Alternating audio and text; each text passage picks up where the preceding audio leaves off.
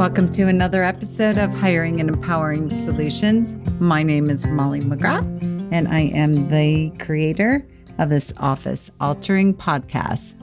If you're a first-time listener, welcome. If you're a returning listener, welcome back. As always, you can check us out at hiringandempowering.com. Happy New Year. Happy new clean slate and happy new opportunities and possibilities. In customary fashion, as in the past 20 plus years, we are getting a tremendous amount of inquiries via email, through our website, and what have you, asking if we have an agenda for hosting a strategic retreat, for a quarterly retreat. And I went back and looked at our past open rate in regards to our podcasts and blogs and things of that nature, because I typically speak on this topic every year. And lo and behold, since 2008, this is the highest open rate, click-through rate topic that we have had in the history of our existence in regards to how to conduct strategic retreats. And so today we're going to talk about what the magic sauce is, how to successfully create strategic retreats. Hopefully you are doing quarterly retreats. If not, I'm going to invite you to put on your calendar, give it to your administrator, office manager, what have you, to put on your calendar strategic planning retreats quarterly, right here and now before the year gets away from you. And so how to do this, how to do it effectively, I'm going to give you a little rundown here. By all means, please feel free to go ahead and shoot me an email, molly@hiringandempowering.com. I'm happy to give you all the tools that I speak of today that we have. Always easier to edit than create. So, number one is to make certain that you plan those out and put them on the calendar throughout the entire year. My recommendation is in your weekly stakeholders meeting, you meet as a team, you give proposed dates, make certain that people do not have conflicts with kids' holiday and school schedules, vacations, what have you. And by and large, make certain that everybody is in agreement with the dates, knowing that maybe later in the year we will have to shift a few, but so people can plan their work and work their plan. Number two, make certain that your office manager puts them on everybody's calendar. Now, make certain that they put the actual event and the retreat on there. And then also, number three would be putting the pre-homework and the prep work prior to the retreat on everybody's calendar. And that would be due 2 weeks prior to the retreat. My recommendation is always to do it or hold a strategic retreat on a Friday, ideally outside the office if possible. I know we have pandemic and virtual people, insource, outsource, all that jazz. So that might not be possible for all members of your team. If not possible to do it, renting out a hotel room or something of that nature, then have it in your conference room. If that's the case, you make certain, and again, you can email me for these ground rules, but make certain that everybody knows that it's a retreat day. It is not a work day. And you'll have to have some really strong ground rules if you're doing it in the office about answering phone calls between potty breaks and lunch breaks and things of that nature, and just really honoring that time that you are having your strategic retreat. So you want to make certain that everybody's very, very clear on that. Okay, then next is for the whoever is in charge of facilitating and gathering this information, is that they make certain that they have the prep form for all employees. And again, if you don't have one, just reach out to me, where you want to give people a safe place to have some preparation, where they'll answer questions to the best of their ability and get the information to you prior so you can prepare for your strategic retreat. So you want to start off with the win, the best professional news or the win that they had over the past 90 days. Again, you're doing these retreats quarterly, so it'll be every 90 days. Projects that are active for them right now or on a wish list. And if they had a weekly dedicated, uninterrupted time to work on what would make a great impact for their firm and for their role. What's working in their role right now?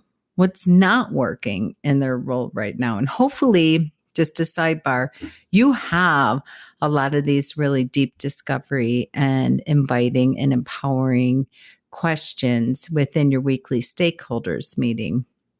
I had a conversation with the firm this morning. They have I think 3 new employees on their team. And in there during the weekly meeting, they said, okay, great. They have their structure, they have their agenda, what's working, what's not working. And they're on week, I don't know, 3 or so with the new employees, and they have nothing that's not working. I'm like, whoa, time out. Every week, somebody should have what's not working. This isn't a bitch session. It's not being negative, what have you.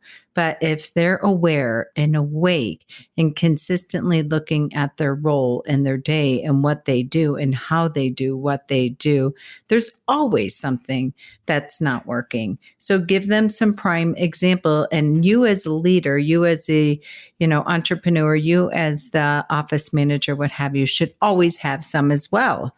So for example, what's not working is today I got 3 different phone calls from clients asking a status on their matter, and I couldn't answer it. I couldn't go in the CRM and get a State of the Union, get an update. I had to put them on hold or tell them Susie would call them back or what have you.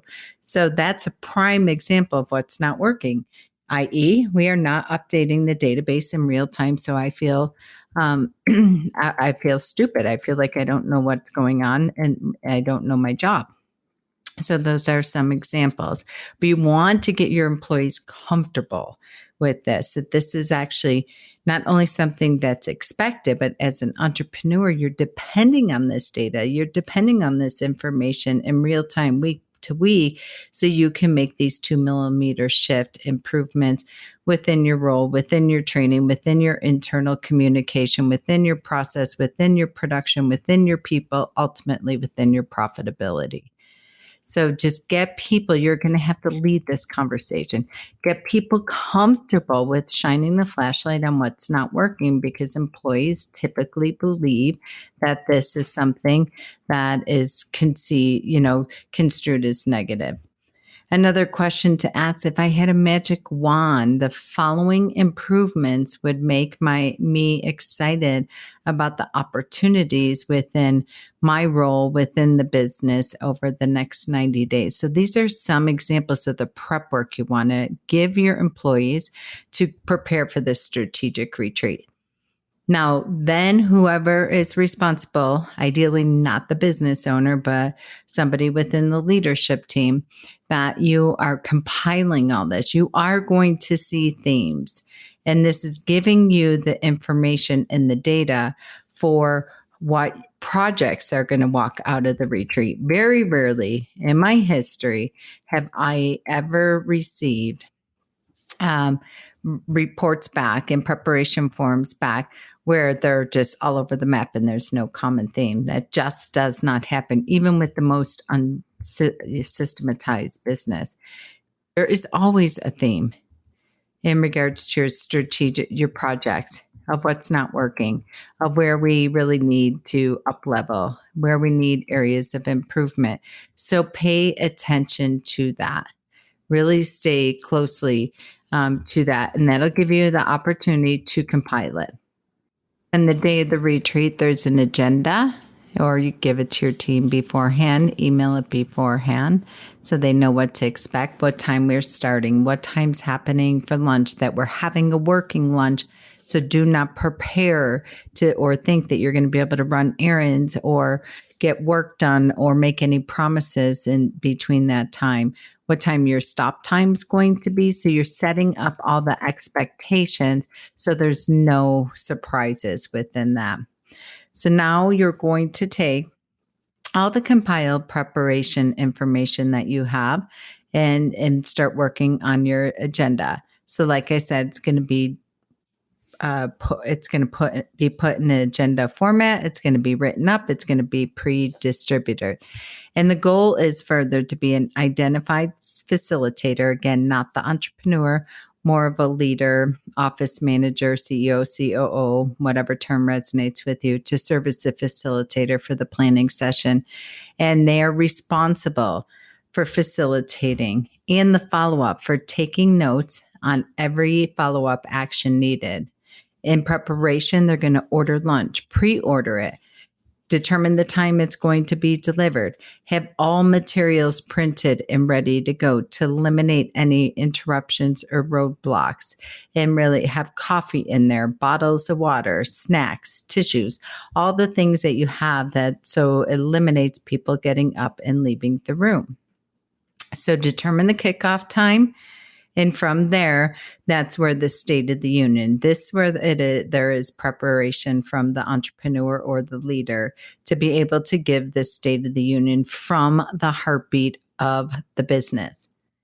People now more than ever, especially in this employee tight market, want to be connected to the heartbeat of the business. They want to be connected to the why. I highly recommend your State of the Union includes declaring once again your core values. And I highly recommend that you read your core values every single solitary week within your weekly team meeting, your stakeholders meeting, and rate yourself and see how we're doing on those. I have businesses that'll put them on big white foam boards and be really creative, like a TJ Maxx home store, and print them out and put them throughout the office, throughout the conference room, what have you. Get them in everybody's blood. Get them anchored. So the State of the Union should take about an hour. Here we are, where we started, because again, people like to know the beginning, the middle, the end, and the why. And then for that opportunity, after it's shared, for some healthy banter, having people check in. What if this was a surprise to you? What about this are you most excited about? Where do you need clarification? Where are you confused? Where are you overwhelmed? And how do you feel like we're doing from your quote unquote cheap seat on this? Are we hitting it out of the ballpark, or are you just a deer in the headlight and all this is very confusing and surprising to you because you didn't know this, where we were, where we're headed, why we do what we do? So it's a beautiful time to treat it like a locker room huddle, to make sure we all have the same game plan and we're all very crystal clear on that. So it's really a phenomenal way. Again, just 1 hour on this. And there has to be a timekeeper. The facilitator has to. So if you have an entrepreneur that's a high voltage, quick start, you have to make certain that they rehearse it with you and that you have some trigger or some signs for when, okay, wrap it up. We only have 10 more minutes, or you're getting a little winded, pay attention to the room, read the room, you're losing the audience, what have you, that you have that ability to hold them accountable and to watch them and to pay attention to the room and make certain you have their back and that we're staying on track with that and not going sideways with that. Next, you'll move into your revenue goals and your revenue and your goals. So you'll go through analysis compared to previous quarter, compared to the previous year. I'm not saying you have to open up your QuickBooks, so you have to go line item, treat it like a finance meeting at all. Just 10% growth, 30% growth, 5% growth. And make certain entrepreneurs we're horrible at this. There's celebration, even if it's 5% growth, 10% growth, 20% growth, whatever it is. Have celebration in that and really get clear in the celebration and the contribution that your team made in that area, and where, you could not have done that without them. I did an interview this morning for an associate attorney, phenomenal associate attorney, trying to get him to leave another firm. And what really it was getting him to take the position and for me to be able to poach him away is that this firm has a team-centric approach. They invest in coaching. They invest in personal and professional development, and they invest in their team. So what really excited him about this position, and I'm pretty certain he's going to take it, was wholly solely based on that. It's not all just about the billable hour. It's not all just about money. It is about that we have a team-centric approach here, and everybody is wholly, fully invested in it. So you really want to do a comparison and analysis with a tremendous amount of celebration, regardless. Because as business owners, as leaders, nothing's ever good enough. And we won't allow ourselves to get to a place of satisfaction and celebration. And if that's you, you have to fake it. You just have to really do some deep dive work in regards to summons up that celebration, and don't be focusing on the gap, but absolutely be focusing on the gain and the victory and progress, not perfection. So that should take you no more than about 30 minutes. Otherwise, you're going to lose people. And then spend the next maybe hour and a half going through the dangers and the opportunities of each area. This is where you're going to pull out, number one, your employees and your team members' homework that hopefully they poured their heart and soul into. So a lot of times people will do homework and prep work for retreats and events and things of that nature, and nobody ever does anything with it. Nobody even talks about it. And then they begin to lose faith. And the next time that they're asked to do some prep work, they're not going to do it because they know they have evidence that nobody's going to do anything with it. So make certain that you circle back around, acknowledging them for putting the time, energy, effort, heart, and soul and truth into it, and then bring it to light. Not each person, the compilation.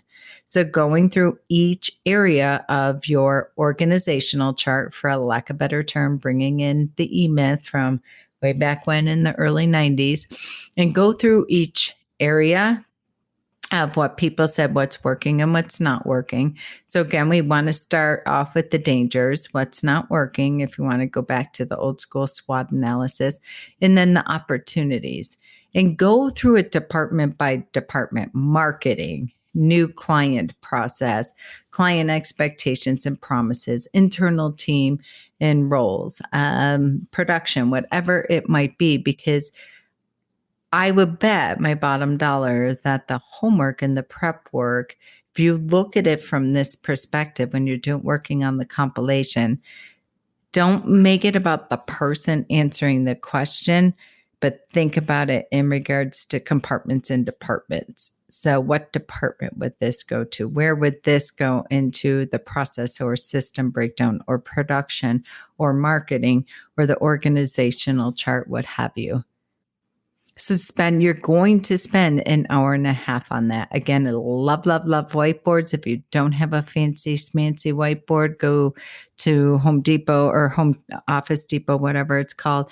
Get those big wall chart 3M sticky Post-its are phenomenal. You can layer them. You can move them around the room. Absolutely love those. Bright yellow color where they stand out and stick out.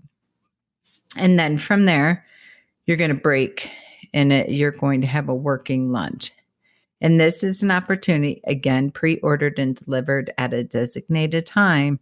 And this is an opportunity for everybody to start working on a brain dump of new possibilities and supporting projects. This is where you're going to walk out with your strategic roadmap. This is where you're going to walk out with your 4 power projects. And I'm going to talk about that and how to work through that. And again, email me if you want the tools that I speak of today, including the agenda, including the prep work, and then including the tips and techniques for creating and running an internal quarterly retreat successfully. So during this working lunch, again, people are moving, they're feeding their bellies, they're bantering, they're getting blood flow and revitalized. So it should be fun in regards to, and I have a tool here for you to capture all the different areas of a business to figure out the brain dump of new possibilities. I like to think of this as taking the junk drawer and dumping it on the dining room table. That's all this is. We're not trying to organize it. We're not shooting down other people's ideas. We're not trying to solve. We're not trying to fix. We're not trying to micromanage. None of that. You do not kill any possibility in this moment. It is all about ideation, activation, and possibility and opportunity. So no response to it. That's great. Put it down. That's great. Put it down. All right. Susie said that too. So there's 5 people that said that. Put the little Indians next to it. That's an indicator that's probably going to be one of your top projects, if not the top project. And then from there, obviously take a stretch break, what have you, for 10 minutes. Again, nobody is allowed to go back into their office. So make that really, really clear. The temptation is so strong. I've facilitated hundreds of retreats over the years.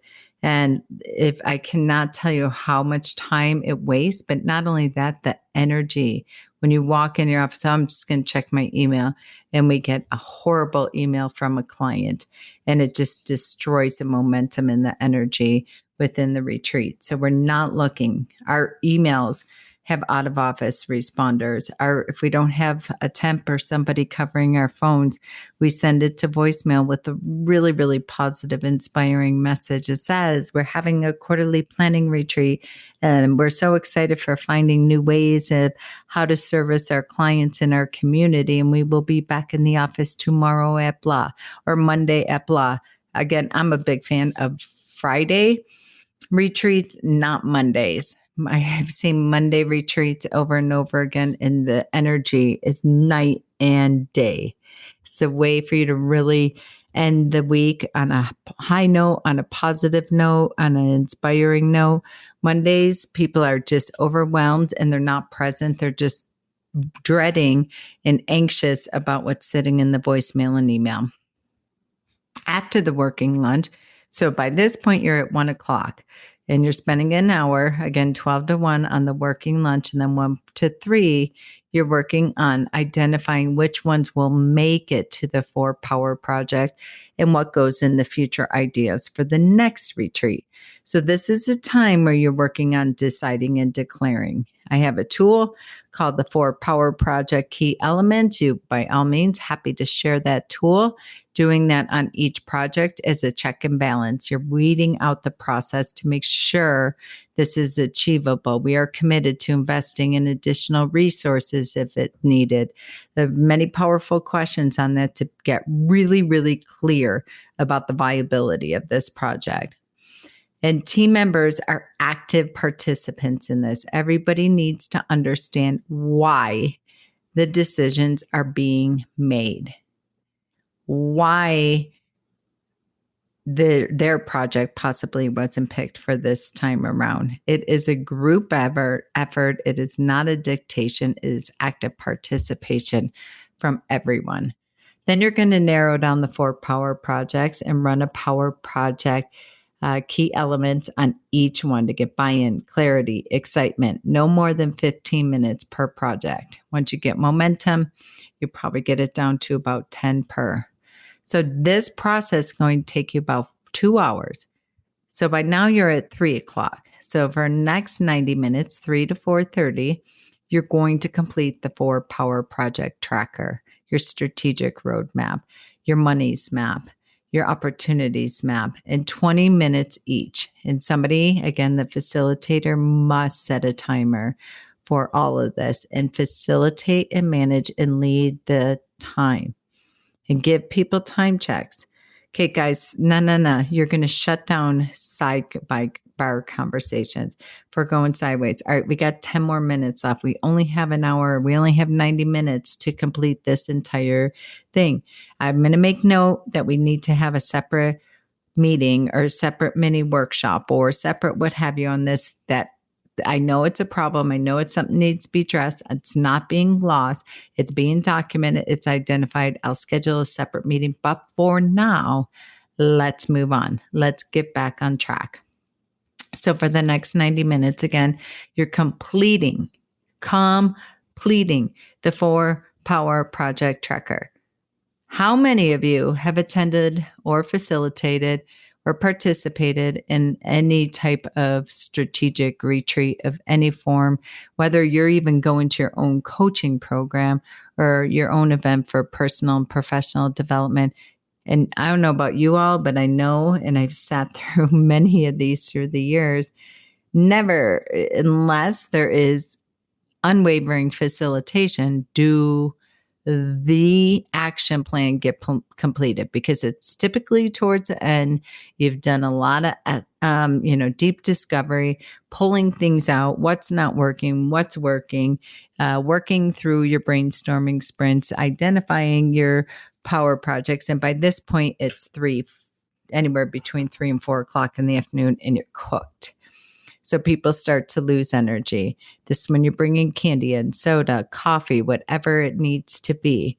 And this is the time where we are really in the home stretch. We need to keep our energy. We need to keep our focus, and we need to keep our vibration high.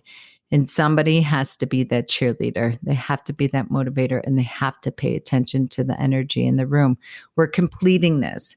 This is our commitment to not be that business, to not be that other firm where we have all these great ideas and nobody does anything with it. And we all lose energy because we let ourselves off the hook without completing the actual action plan.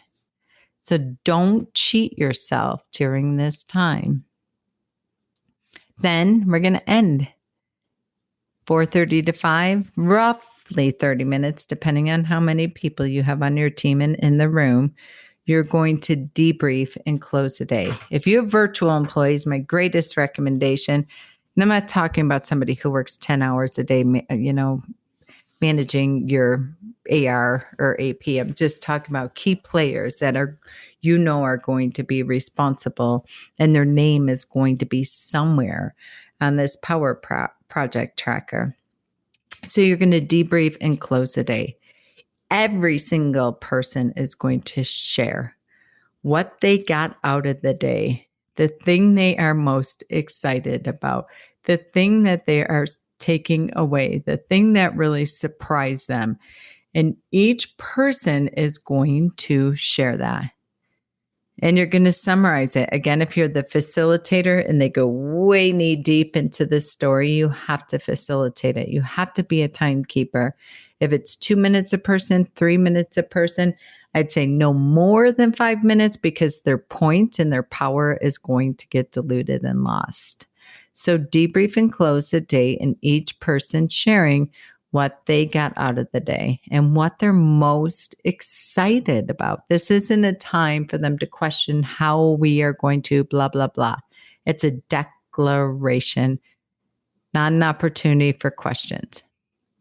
Make certain to add 15 minutes on your weekly stakeholders meeting agenda to check in on your 4 power projects and track the progression and the roadblocks, etc., every single week. Because here's where people do not meet their goals. And this is, in my experience, the only reason why. Number one, they don't finish the action plan. Then we're ending on a Friday, remember, or whatever day of the week you're doing it, and you're tired and you're exhausted. And then you walk into your weekend and walk into your next workday, and you just get hammered. Life just starts to happen again. So whomever is responsible for taking notes, for facilitating, for being the team leader, you have to put time in your world to be able to finish this roadmap. My recommendation is you do it right there in the room, and then you make copies of it. Everybody gets a copy that next Monday morning in the weekly stakeholders meeting, and then it is a line item in your agenda every single solitary week. Because when you walk out of there and your name is on the action plan, and I'll use that word for simplicity's sake, you're going to have to go back into your world and plan time every week So now we're going to have to focus, manage, and project manage our time to be able to accomplish it. And you're going to be identifying your next actions.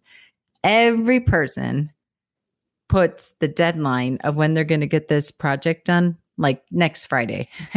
You have an entire quarter to complete it. It's going to be so much bigger than you think. So be realistic with your deadlines, come up with the deadline. But when you're looking at it every single solitary week, it'll be clear to you, I promise, by week 2, if not week 3, of where your deadline was way too aggressive, unrealistic, or maybe it wasn't, it was easier than we thought. Because when you have intentionality and time attached to it, it's going to be easier than you thought. When you have accountability, when you have consequences, when you know that every Monday you're going to be checking in, you're going to be given an update, and it's going to show you where you're getting stopped. It's going to be showing you where you are violating your planning time and your growth time. My recommendation for every business, and this works beautifully, is that you carve out time every single week to work on your projects, regardless if you're the lead on the projects, because at some point, every person in the firm is going to be a contributor and a helper to the project. So my recommendation is you have what I call growth time. Every human being has growth time, not just the entrepreneur, not just marketing, not just the lead team or the C-suite team or what have you. Every person, right down to the receptionist, client service coordinator, needs to have growth time in their world, because we all have projects. You look at your to-do list, look at your planners, look at your journals, look at you. We all have projects that we just wish we could get time to complete and work on. So this is a standard you should have within your business, that every person of this team is just as valuable, an impact maker, a difference maker, and we all deserve the grace and the gift of sacred, quiet, dedicated growth time. So make certain that is carved out. As you look at this every single week, you're going to see where the roadblocks are. Things are not going to get done. It's not from a place of shame, blame, finger pointing, and punishment. It's an opportunity for you to see where we need to make some adjustments to our time template. It's going to show you where we're violating our own sacred growth time. It's going to show you where we have endless interruptions or delegating up. This is all good news. It's really good news. It is necessary information that we need from a continual improvement and from a quality assurance and from an analysis perspective.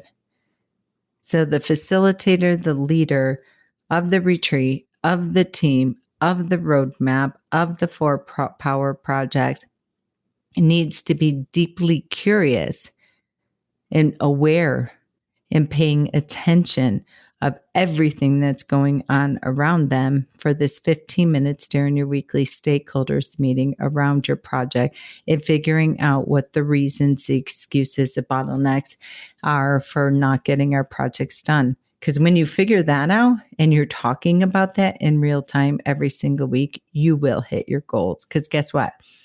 You can pivot, you can make changes, and you can do something about it this week, right now, not at the end of the quarter when you're meeting for your next strategic retreat and finding out we did nothing. Nobody even remembers what the projects are.